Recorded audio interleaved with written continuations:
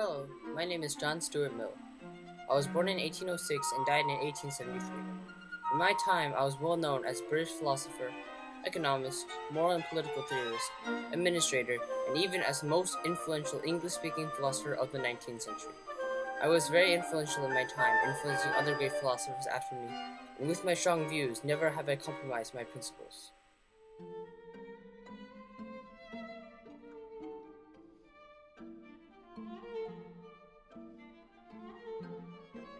When I was young, I had a very rigorous education.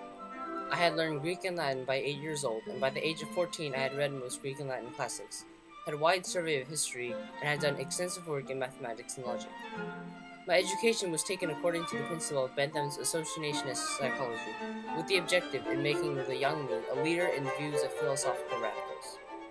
This rigorous and thorough education was a very strong foundation for the rest of my life, but when I turned 14 I undertook the study of Bentham's various fragments on the theory of legal evidence. This had an inspiring influence on me, as it was from that moment on that I undertook my lifelong goal of reforming the world in the interests of human well-being.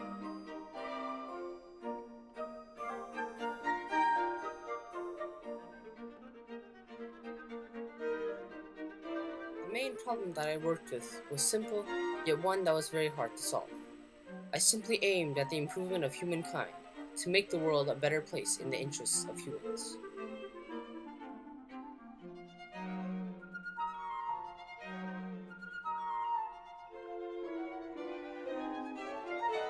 To solve my problem of improving the world in the interests of humans, I developed one general moral philosophy that I call utilitarianism. Although I have many other philosophies on society, politics, and even women, it is with my philosophy of utilitarianism that I am given the most credit for. The underlying rule of it is simple, that the moral worth of actions is to be judged in the terms of the consequences of those actions. I believed in the impact that the actions of humans have, not necessarily the moral process that was involved. Another key point in my philosophy is that I believe that the only motivators for humans come down to pain and pleasure. The reason that man acts is either because he seeks pleasure of some sort, or because he wishes to avoid pain. However, man's moral instincts often conflict with his inclinations of self-interest, because in order to maximize his pleasure, he will often have to do things that go against his moral instincts. But the appeal to his intuition does not solve the problem of moral philosophy.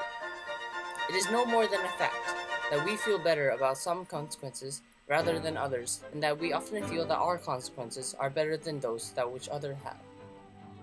After all, for some, these intuitions are simply just that, in which they actually have little moral force because they are simply the arbitrary feelings of approbation and disapprobation.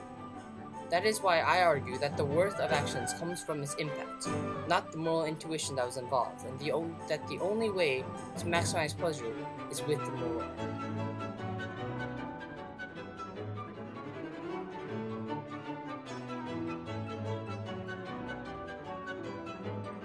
The answers to your questions are quite simple. That is because